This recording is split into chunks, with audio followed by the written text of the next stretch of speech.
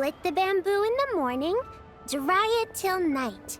Shape and bend it nice and tight. Cross the strands to form a pattern, coat in silk, and you have a lantern. That's how you remember how to make a show lantern. Did you get all that, Chi-Chi? Morning, split bamboo, traveler. Then get silk, make paimon. What? No, that doesn't even rhyme. Look, it's them. Hey, Yao Yao! Hey, Chi-Chi! Whoa, Traveler! Paimon, you're here! Happy Lantern Rites! What you up to? I'm teaching Chi-Chi to make Shao lanterns. It's a real test of finger dexterity, so it'll help keep her nice and loose. Yes, What you up to? yes, I do finger exercises. To be a nimble zombie. Wanna try too, you two?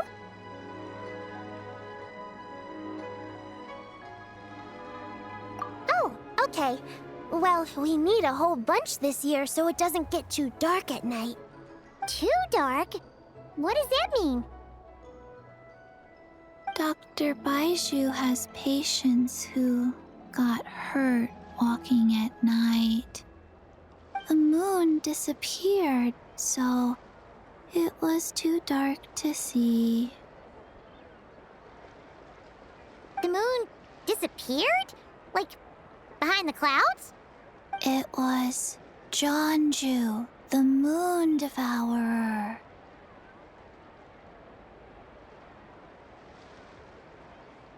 Changshan told me about it, but now I forgot. It's an old myth from Chenyu Vale about a giant toad in the sky that eats the moon. What? The moon gets eaten? It's just a story. It's not like there's actually a giant toad in the sky. I asked Master about it, and she said myths are just insights into how the people of the past understood the world. Well, I didn't see it that night. But I've checked several nights since, and it's been there same as ever. According to Chi-Chi, though, the Ministry of Civil Affairs sent someone to do some kind of serious investigation. So, I don't know. Maybe something did happen. Ministry of Civil Affairs? This is starting to sound bad. It's okay. You can fly. Even if it's too dark, you won't fall and get hurt. Yeah, exactly.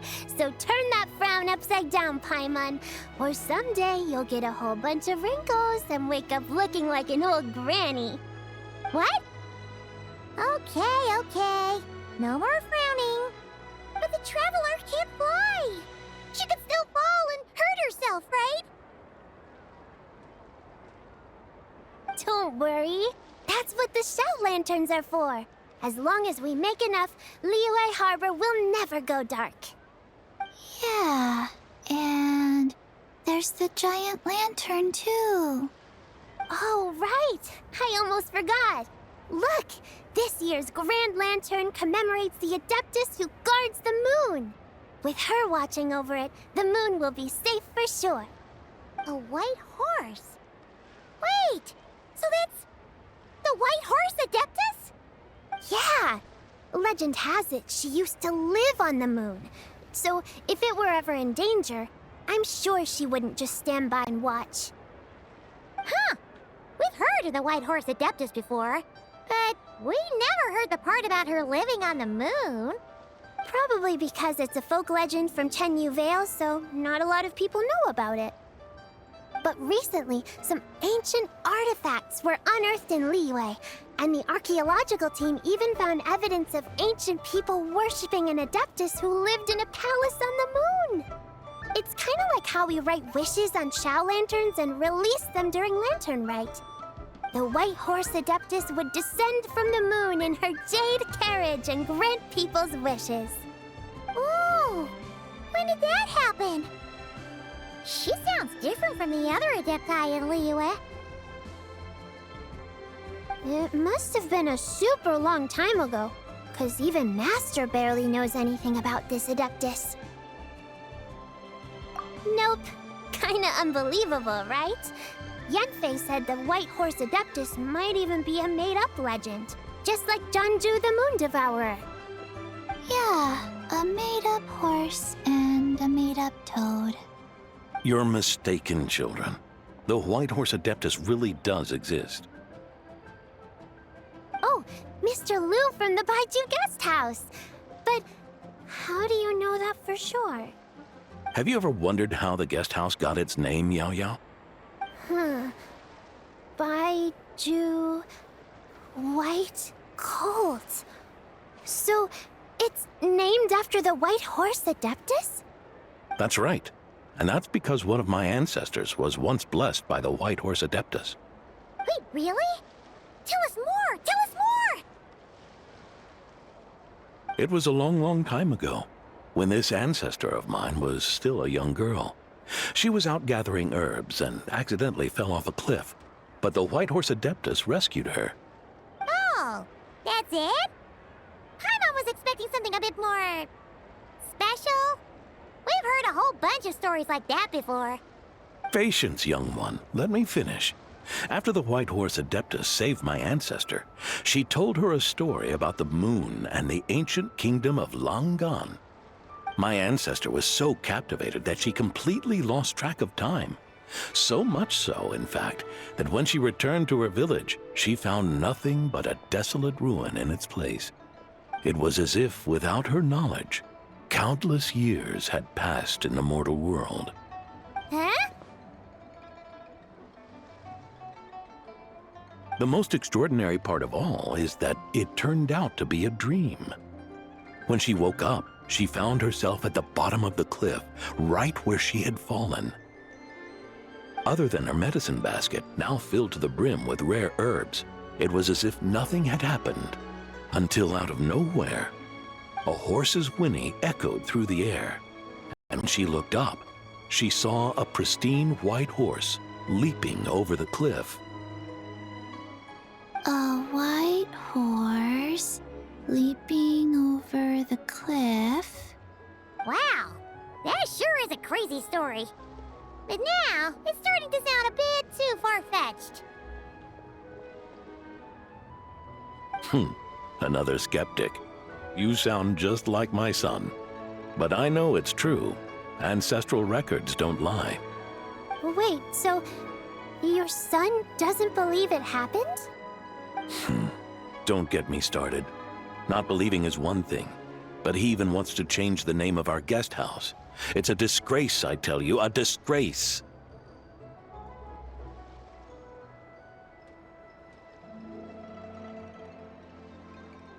Well, it was getting about time for him to take over the guest house. And what's the first thing he does?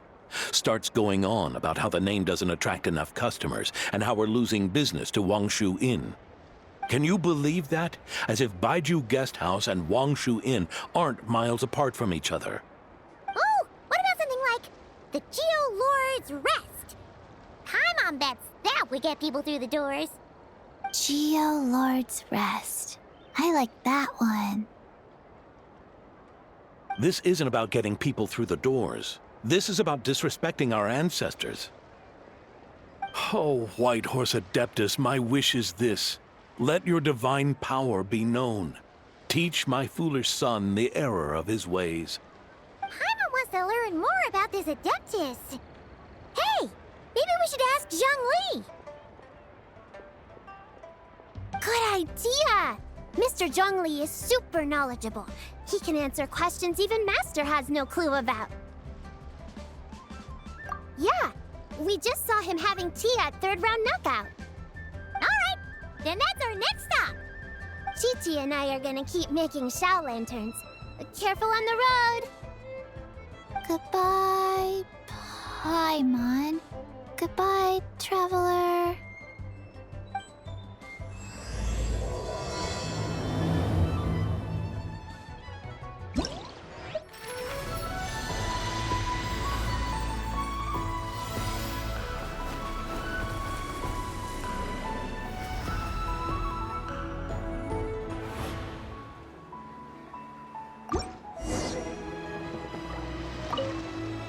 Mr. Zhongli is having tea at third round knockout.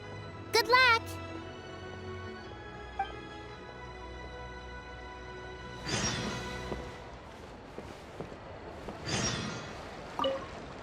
Mr. Zhongli is...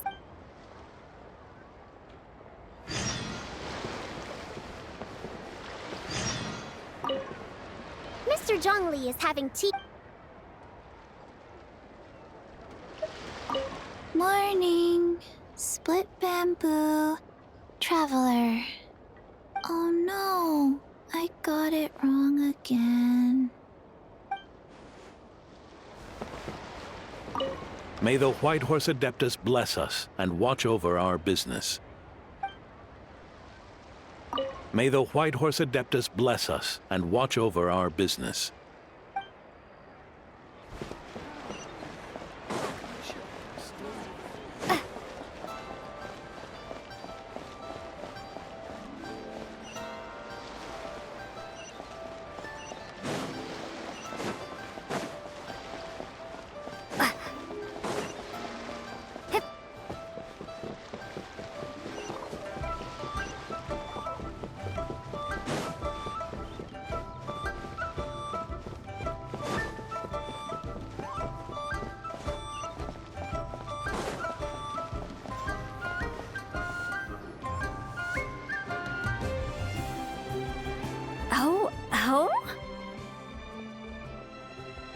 Oh. Curious. Impressive, right? What's with all the commotion over here? Oh, Traveler and Paimon! Perfect timing! I have something amazing to show you! What is it? Huh? What the? Heart of the Moon is blacked out! Was it really eaten by a giant toad? Huh. I didn't expect you to know the story of Jonju the Moon Devourer, Paimon. Don't underestimate Paimon. She learned a whole bunch of things in Sumeru. But Jonju the Moon Devourer is a Liyue legend. Well, knowledge knows no borders, so there. You're right about that, Paimon. But this dark circle doesn't look anything like a toad to me. A toad's egg, maybe? But that's about it. Oh, wait, Traveler! You've been in Nodcry, right? The people there worship the moon goddess. So you should know what's going on here.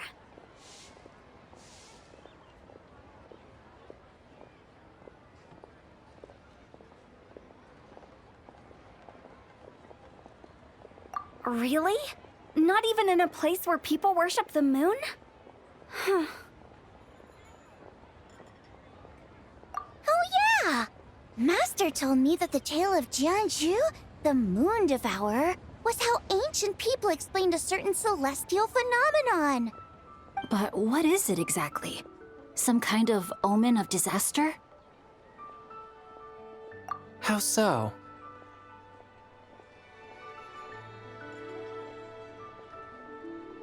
Oh, but in this picture, the moon is being covered from the center. So this can't be a normal eclipse. Then it's still an omen of some impending calamity? We never said that.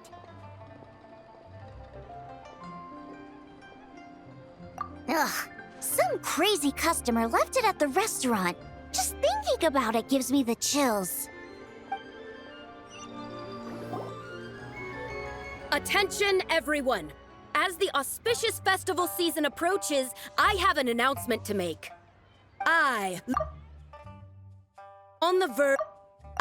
Lu Xiong, am on the verge of becoming one of the most renowned archaeologists in all of Liyue Harbor. No, scratch that, in all of Tibet.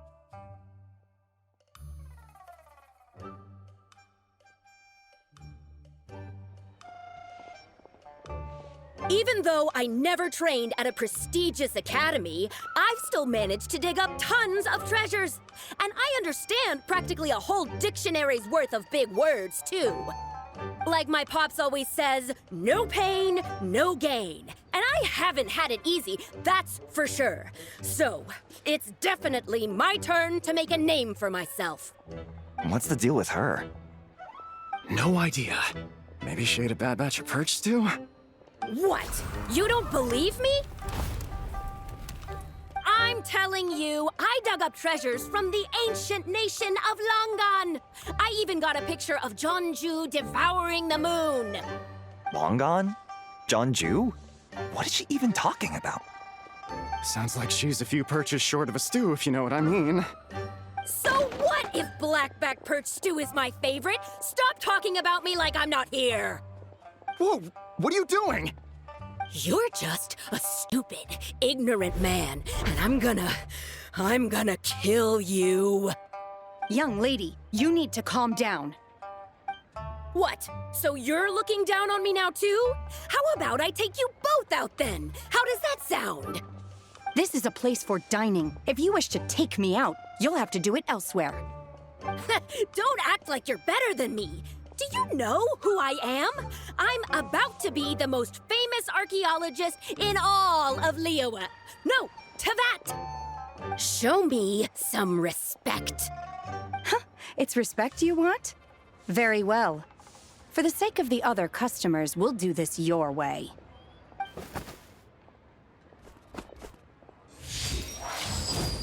What? So Shen has started the fight? She had no choice. The woman pulled a shovel out of nowhere and started going crazy, flipping tables left and right. She even injured 2 other customers. Shenna did what she had to do to restrain her, then took her to the Ministry of Civil Affairs. Thank goodness Aunt Shenhe was there. Or who knows what might have happened.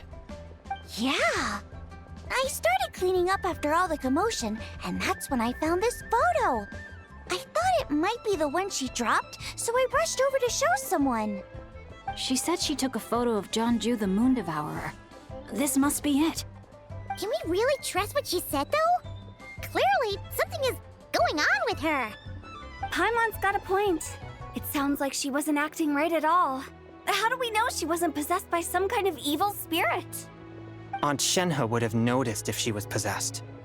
All right. But what about the part about Long Gone and the treasure she found? What about it? What if she raided a tomb and dug up some super special relic, then got herself haunted by an ancient ghost? One so powerful that even Miss Shenhe couldn't sense its presence. Your imagination is something else, Hu Tao. Why would an ancient ghost come to Wanmin restaurant, huh? To eat my blackback perch stew? Hey, it could happen. I'd want to eat your food if I was a ghost. Wait a second. She mentioned the ancient nation of Longan, right? Paimon's heard that somewhere before. You know what? My brother mentioned that some ancient artifacts were unearthed in Liyue recently. Mostly colored glass, fine jade, and bronze relics. Some of the text inscribed on them has already been deciphered. There were some poetic verses, but the word long gone popped up as well. So, does that mean this Longan place is real? Still, Paimon knows we've heard the name somewhere before. Do you remember, Traveler?